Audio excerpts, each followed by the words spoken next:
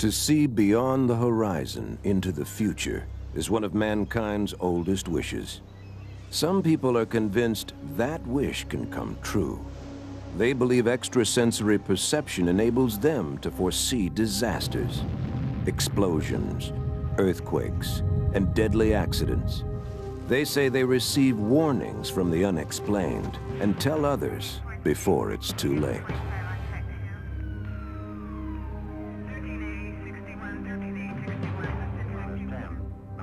January 28, 1986, and the countdown has begun for the launch of the Space Shuttle Challenger. The eyes of the world are focused on a high school teacher, Krista McAuliffe, selected by NASA to become the first citizen astronaut. Engines throttling up, 3 engines now at 104%. Challenger. Millions of us can recall where we were when the flight of the Challenger turned to tragedy. The worst disaster in the history of NASA seared this image into the memory of a generation. Obviously a major malfunction.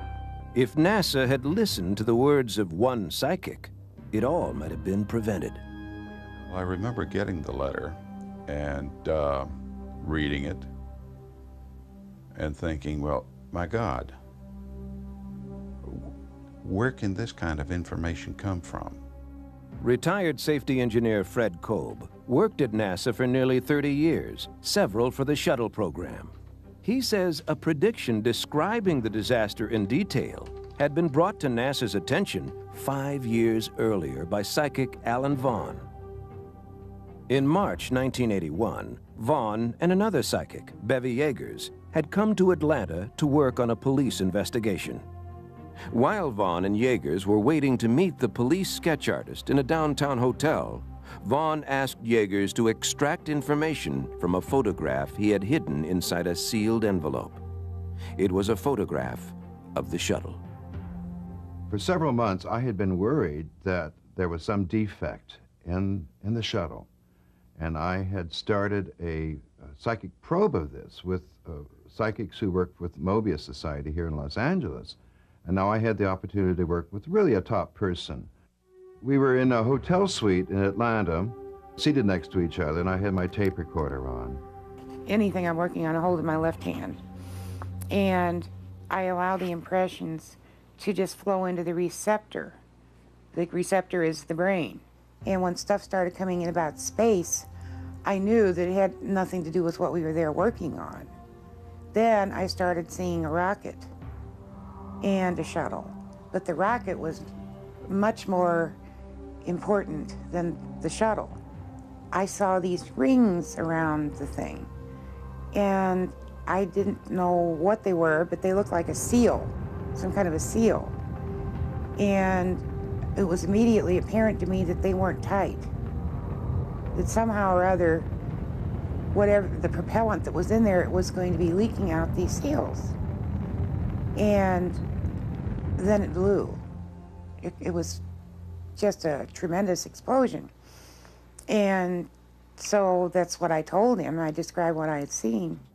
Vaughn, convinced Yeagers was right, wrote a letter about it to NASA's Fred Kolb. With Yeagers' comments, I wondered, is it possible? Where did the information come from? How did she get it? And the only thing that could come to mind was O-rings. And it triggered me to asking questions in that area of someone else in my office who was directly responsible for the propulsion systems. Kolb considered it part of his job as a safety engineer to keep an open mind, even if it meant considering predictions from psychics. He knew NASA would never agree. Because I have found out, much to my own horror and chagrin, that what they have to say could be very real and have a very real impact on not just my life, but many lives around us. Kolb says he made inquiries attempting to put the matter on NASA's checklist, but no action was taken. He never told anyone that a letter from a psychic had triggered his concern. In essence, it fell on deaf ears, and it never got to the people that could make the final decision and say, This is too dangerous.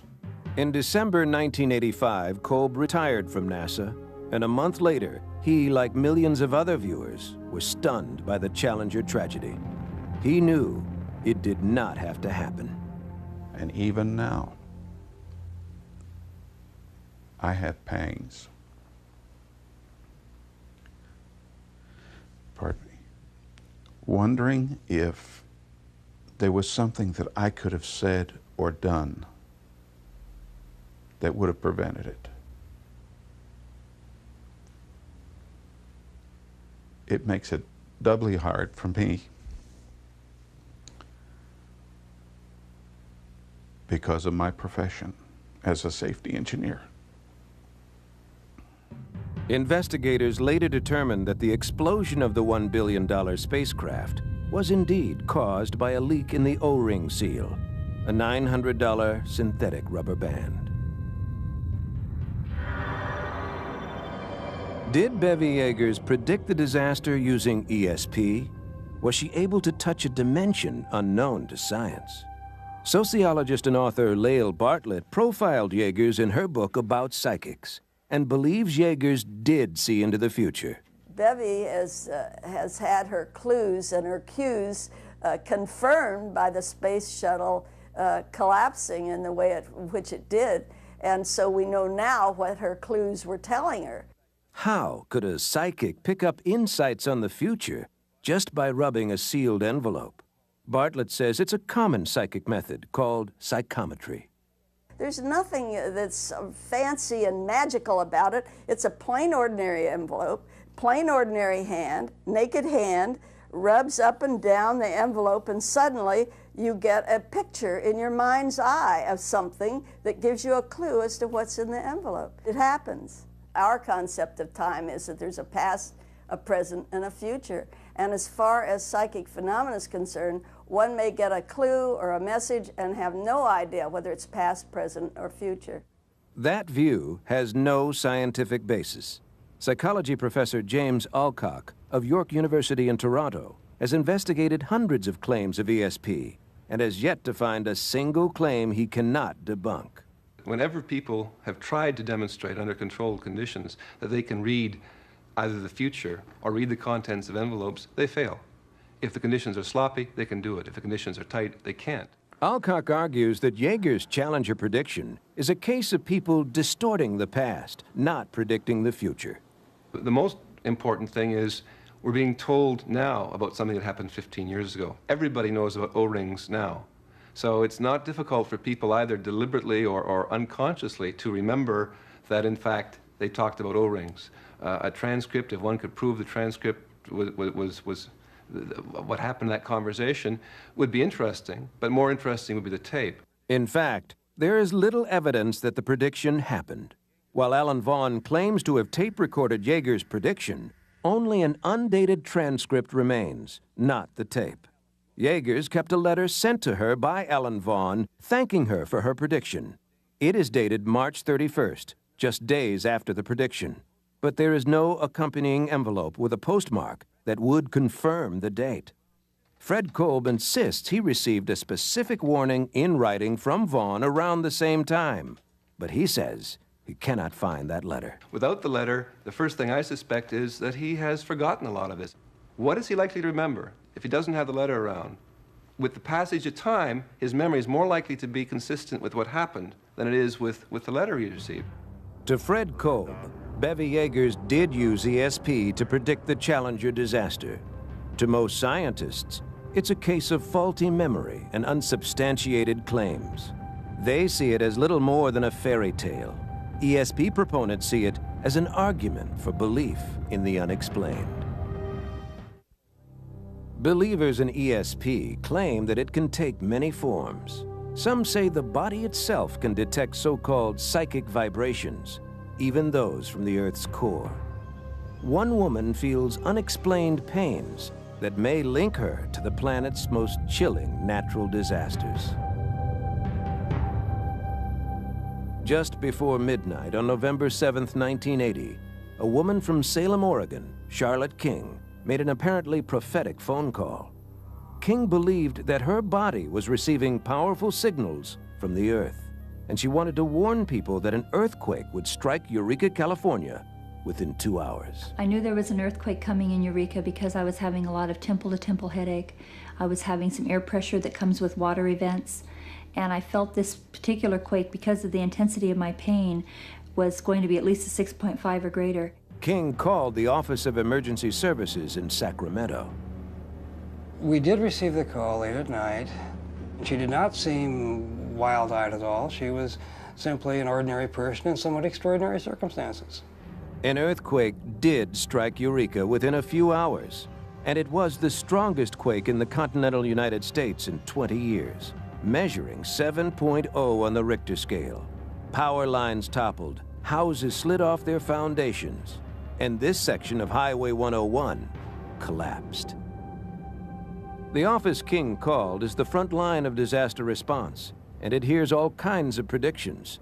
This one was different. We did receive a number of calls from people who were predicting alien invasions, or who were saying that alien invasions had occurred, or that great disasters would occur, and yet Charlotte had great credibility with us. Her predictions actually came about. When senior officials learned of King's prediction, they instructed controllers to log her calls and ask her to use the office Watts line.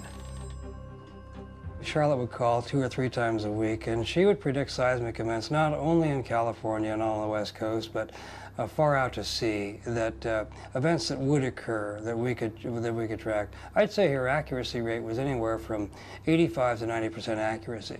A remarkable claim. And when the press heard about it, Charlotte King's story grew to mythic proportions. In 1982, a congressional researcher in Washington, D.C., began on his own to record Charlotte King's predictions.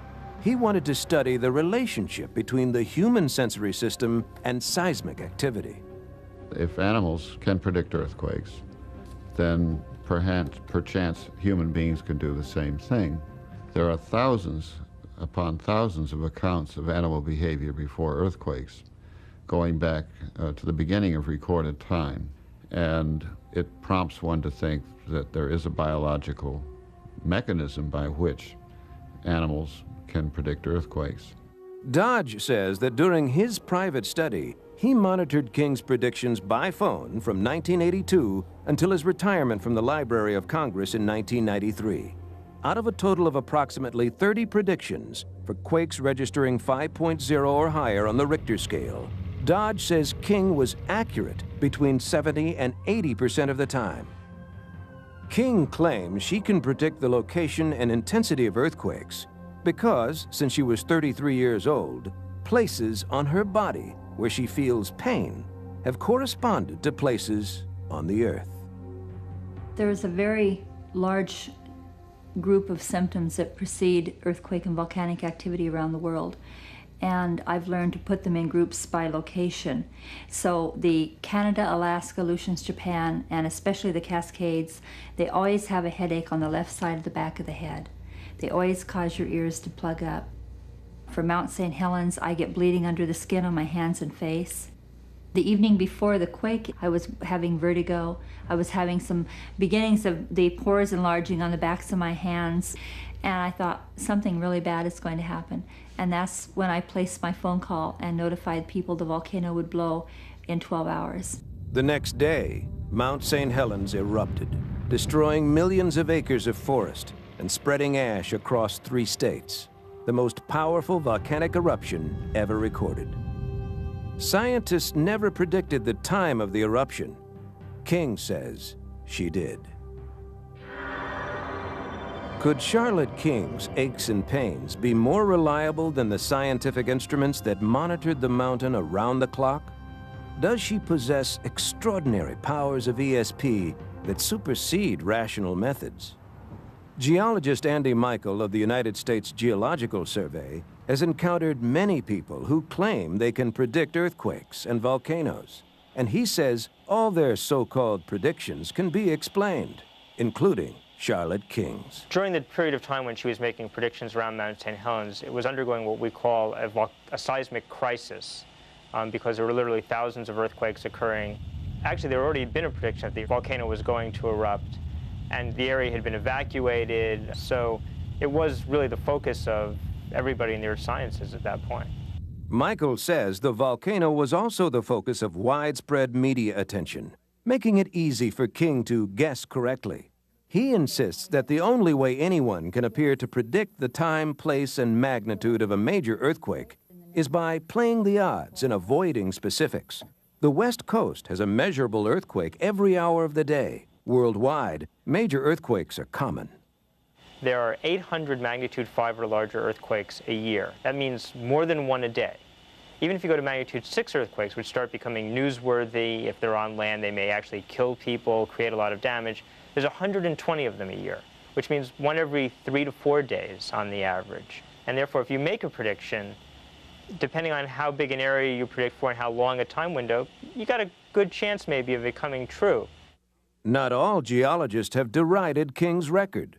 Just months before the Mount St. Helens eruption, Frederick Lester at the United States Geological Survey wrote to King, acknowledging that each time she had called him, a moderate to large earthquake had occurred. She wouldn't be getting any attention if she hadn't at least been lucky a few times. He didn't say he believed there was something there. He didn't say that we had actually done a study and shown that there was something there. He just said, yes, it's possible. If we studied it, maybe you'd learn something. Some believers suggest that King's predictive powers derive from a sensitivity to changes in the Earth's electromagnetic field, changes which they think are caused by seismic events. It's hard to refute because it's really something we don't know much about. But certainly, it's not something that's widely accepted that there even are electromagnetic fields before most earthquakes. ESP supporters also claim birds are especially sensitive to the Earth's vibrations, and that King detects the same changes that birds and other animals supposedly experience prior to earthquakes. People think that animals predict earthquakes, and there's a lot of stories about it, but the problem is every time someone's tried to do an actual scientific study and carefully observe the animals, see when they behave oddly, see whether or not there's an earthquake, no one's ever found a correlation. Researcher Christopher Dodge examined the correlation for both animals and humans, including Charlotte King. But his work is far from conclusive. He has not submitted his findings to the scientific community for review. There is, in fact, no scientific data available to confirm any of Charlotte King's predictions. The Federal Office of Emergency Services never saved the phone logs from the early 1980s, which supposedly confirmed her predictions. All the same, Charlotte King insists that her premonitions of disaster are physical, painful, and real. If the scientists tell me that there's no cause for the pain, then I have to keep looking because I know there is. I know it's out there, and I know that there'll be someone somewhere, sometime, that will be able to say, this is it. Charlotte King and the scientific community can agree on one thing. The key to predicting the Earth's most destructive behavior remains buried in the chasms of the unexplained. Some believe the clarity of premonitions is most vivid when the body is asleep, and dreams flood the conscious mind with mysterious images. This is the time when extrasensory perception is most acute, the time when impressions of a coming disaster may touch anyone who has a nodding acquaintance with the unexplained. On May 19, 1979, in a quiet Cincinnati neighborhood, the image of a terrible plane crash suddenly jarred a man out of his sleep. He quickly realized it was just a dream, a nightmare. David Booth often heard in his dreams sounds of mysterious airplanes in trouble. But this time, Booth claims he specifically saw an American Airlines jet. The dream of American Airlines flight was more intense. I could tell from the tail of the aircraft what airline it was going to be on. A former Air Force mechanic, Booth knew that there was nothing anyone in the airline industry could or would do about a premonition, but his dream returned night after night.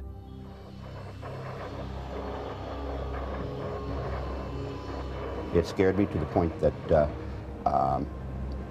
hey, am I cracking up? Am I going crazy? As they became more intense, I knew that I had to do something. I had to say something to somebody. On May 21st, he called the Cincinnati airport and told his dream to the FAA. Jack Barker will never forget it. This episode with Mr. Booth was the strangest occurrence that's ever happened to me during my 30 years with FAA and some 5 years before that in aviation. He said he'd had a disturbing dream. He said he'd had it now 6 nights in a row. Same dream every night. And the dream was that a silver American Airlines airplane with an engine in the tail, which could be a DC-10 or 727, crashes after it was inverted. And it crashed in an open field after it passed over a low building. Barker says Booth's dream did not include a time or location for the crash. He says he forgot about the call until a few days later when Booth called again. It was May 25th, 1979. And he said now he'd had that same exact recurring dream. It had been 10 nights in a row now. And I asked him, I said, "Are you predicting anything?" He says, "No, I'm not predicting anything. It's just a disturbing dream." A few hours later, an American Airlines DC-10 lost an engine shortly after takeoff from Chicago's O'Hare Airport. The plane turned over on its side before it passed over a series of low buildings, fell into an open field, and exploded. American Airlines Flight 191 was the deadliest airline accident in American history, killing all 273 people on board and 1 person on the ground. Many people would call after an accident and say they dreamed this was going to happen, or they had a premonition, or it was going to happen in threes, so forth. But this is the first time anybody ever came to me prior to an accident and gave so many details of what actually ended up occurring. To feel bad would be an understatement. To feel relieved would be more appropriate. Because, hey, the dream stopped. David Booth's dreams of airplane accidents did not begin or end with the crash of Flight 191. He claims to have contacted the FAA several times between 1978 and 1994 to report his disturbing dreams. None of these other claims are verifiable because, according to Booth, no one at the FAA would take his calls. One person did listen, and she credits Booth with saving her life. Dolores Donahue worked as a district sales manager for Revlon. David Booth was her boss. On August 16, 1987, she remembers getting a phone call from him at home just prior to leaving for the Detroit airport. He knew she was scheduled to fly to Phoenix, and he was worried about her safety. I had a dream the night before. I knew it was going to crash. I knew it was going to go down, and I knew that it was going to be a Northwest flight. The phone rang, and David said to me, "Dee, I want you to take this other flight." I said to David, "Why take the other flight when it isn't that much time, there's not that much time difference in the 2 flights?" And he said, "Well, I want you to take the other flight. You've got to take that other flight, Dee." And I said, "Well, all right." The flight Dolores Donahue was supposed to take departed Detroit Metropolitan Airport on schedule that evening, bound for Phoenix. Just after takeoff, the plane crashed onto an expressway, killing 156 people. My husband was crying. "Dee, can you imagine," he said to me, "had it not been for David, I wouldn't be here." He said, I don't know what I would have done had you not listened to me. Thank God I did. You can't really say you find relief in tragedy, but if by chance someone is saved, that's an act of God. That's nobody else's. Were David Booth's dreams a window into the future? Do they provide a glimpse at a world of extrasensory perception, which all of us may occasionally enter? One study of train crashes suggests that the ability of people to predict catastrophic events may be widespread. In the 1950s, an American researching premonitions studied the passenger lists of trains that crashed and made a surprising discovery. He found a higher percentage of cancellations and no-shows than on other trains. University of Maryland professor of philosophy, Stephen Browdy, says the study indicates many people may use ESP to predict disasters without knowing it. The train crash study is a study in what you might call subliminal precognition. It suggests that at least some of the passengers might have had an unconscious presentiment that the train was going to crash and found some good reason for not getting on it. Browdy believes that although ESP may be a common ability, David Booth's dreams represent an extraordinary level of precognition. I think there are psychic virtuosi. It may have to do with abilities that are not evenly distributed among human beings. It may be that not everybody is psychic, but some people are very psychic, prodigiously psychic. We need to dig beneath the surface to find out why he's having just these kinds of experiences. Airplane disasters have played a prominent role in Booth's life. As a small boy during World War II, Booth says he was terrified by Air Force bombers flying low over his hometown in Minnesota. During high school, he lost friends in a plane crash over Tell City, Indiana. There is no question that dreams draw from past experience, but can they reveal the future? Let's suppose, reasonably, that Booth is very interested in things having to do with airplanes and mechanical things in particular. And let's suppose that out of that interest, he is unconsciously, psychically scanning his environment, picking up information here and there about different flights, different planes, and so on. And maybe also the crew members about their mental state. And sometimes that information may lead him to suspect that there's going to be a problem with a particular flight. A former chairman of the psychology department at the University of Kentucky, Robert Baker, rejects Browdy's ideas. The idea that someone can do a psychic scanning of anything and predict precisely and exactly what's going to happen in the future is pure nonsense. It's impossible. It has never been done.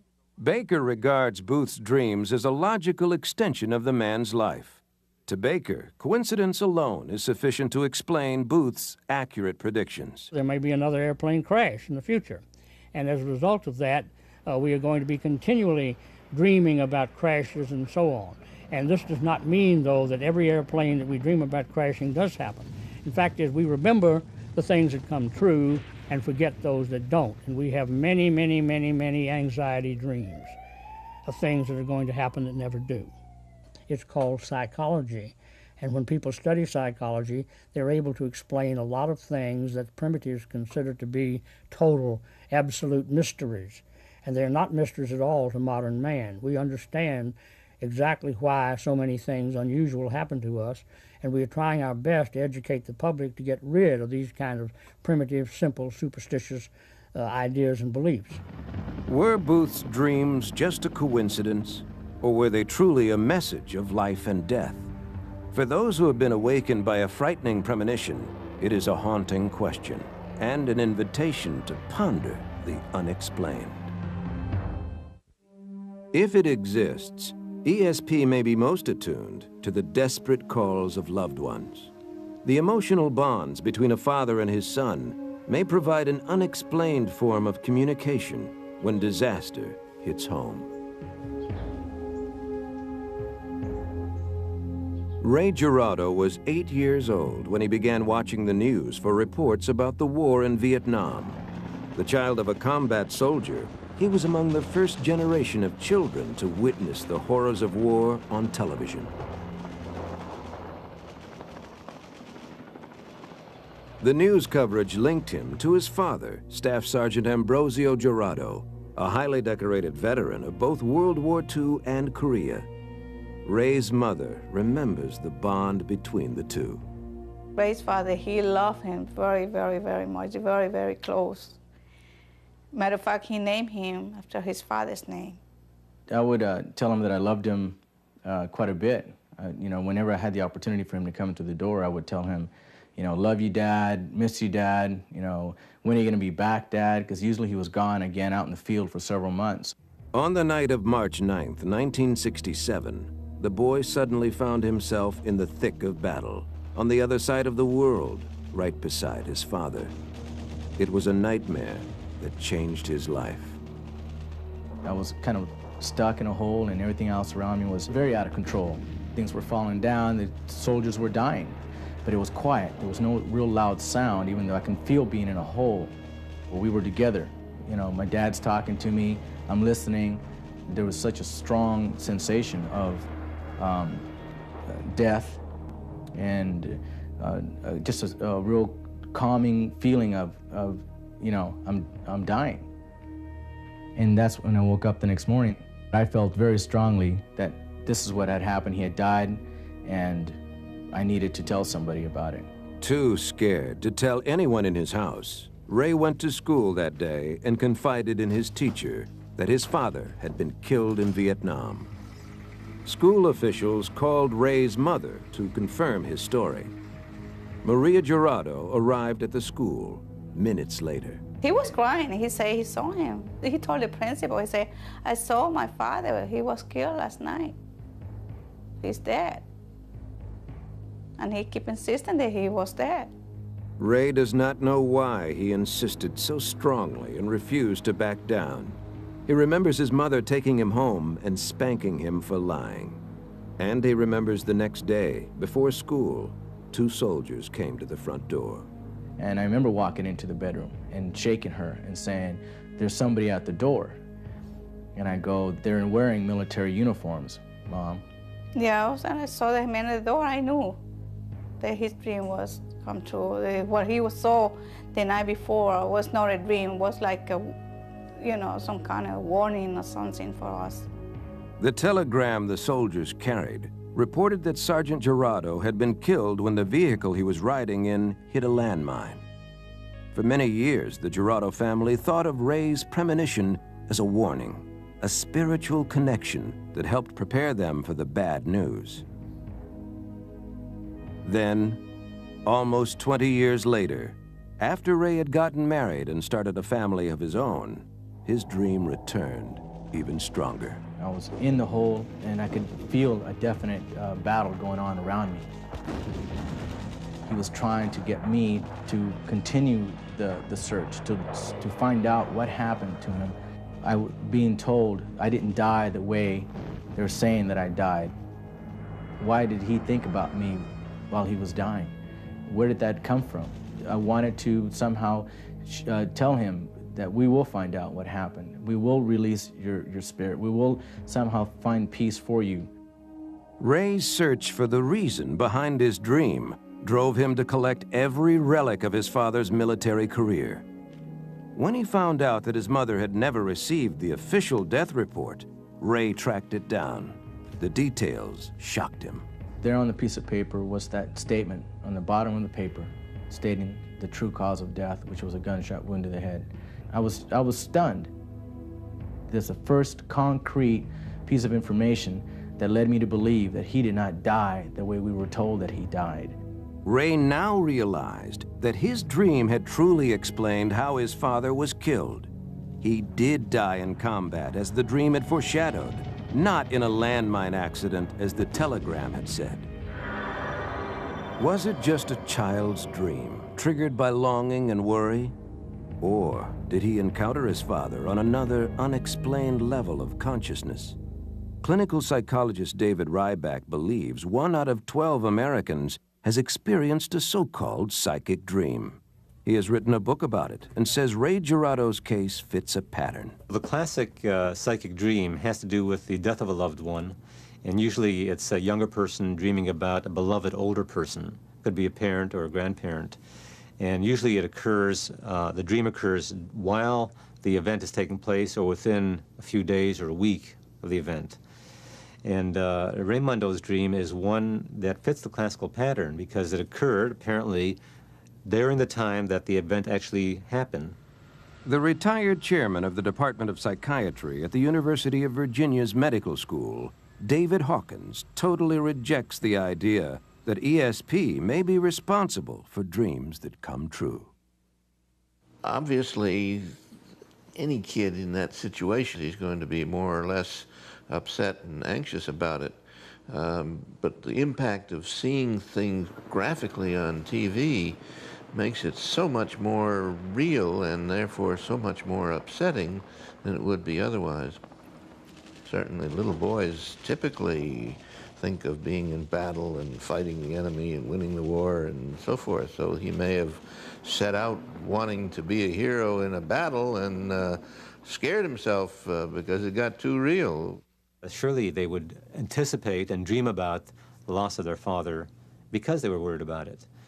But there's something qualitatively different about a fearful dream and one that has the veracity, the convincing element of a psychic dream, where Raimundo didn't even differentiate between what he dreamt and what he thought to be true. It's that striking trueness of it, if I can coin a term, that makes it different from the normal dream. When one investigates some of these things very carefully scientifically, in most instances, certainly not all, one can find a rational, clear explanation. So as far as I'm concerned, one remains very skeptical until somebody has shown very clearly in a well-established scientific way that such a thing happens. Skeptics say it is a combination of a boy's normal worries and coincidence. Believers in ESP respond that there are limits to coincidence. They contend that coincidence cannot explain a dream so detailed and dramatic. The message and the meaning of Gerardo's dream is there for anyone to determine for themselves. It depends on one's perception of the unexplained. Believers look for evidence of the predictive power of ESP in dreams, in the pronouncements of psychics, and sometimes in literature, where one author's fiction turned to fact. A fiction that some claim took its cue from the unexplained and prefigured one of the most famous shipwrecks of all time.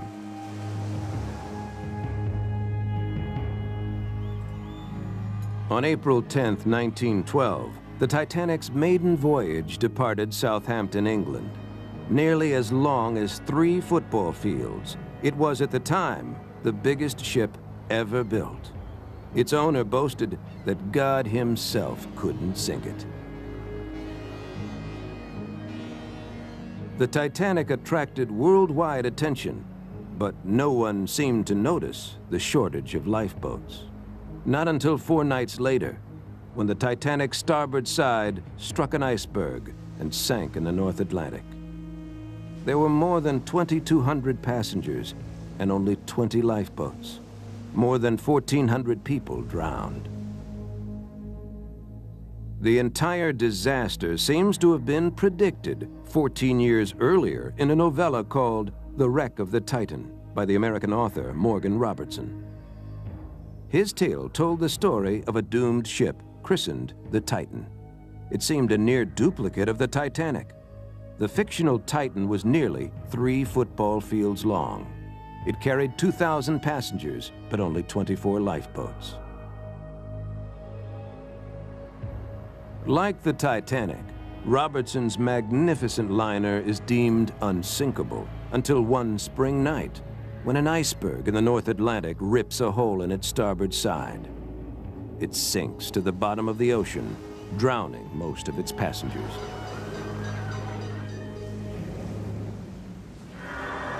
Is Robertson's story an example of coincidence or an unexplained insight into the beyond? Proponents of psychic dreams and ESP say there is no such thing as a meaningless coincidence. They believe that all people have the capacity to experience a different dimension of time, a dimension in which the past, the present, and the future become one. Skeptics of the paranormal see Robertson's foresight as evidence of journalistic skill, not psychic ability. If one looks at it reasonably and rationally, it isn't so surprising. All the coincidence of the size of the ship, the whole thing would have been available to anybody who examined the engineering and science of the times. The biggest danger to ships, and was talked about all the time, was hitting an iceberg, particularly at that time of the year in that part of the Atlantic. Hawkins says the mind manipulates the memories of people who have premonitions.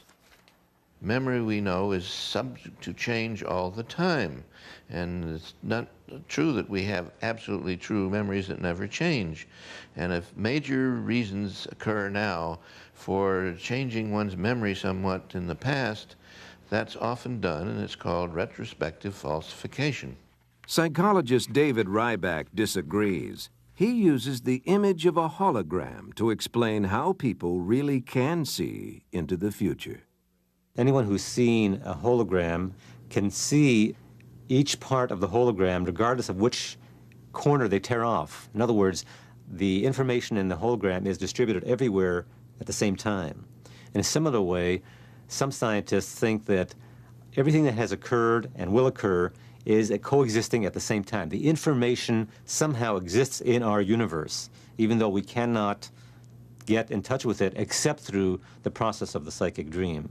Mathematics professor John Paulus of Temple University rejects the hologram analogy because he says it confuses the properties of space and time.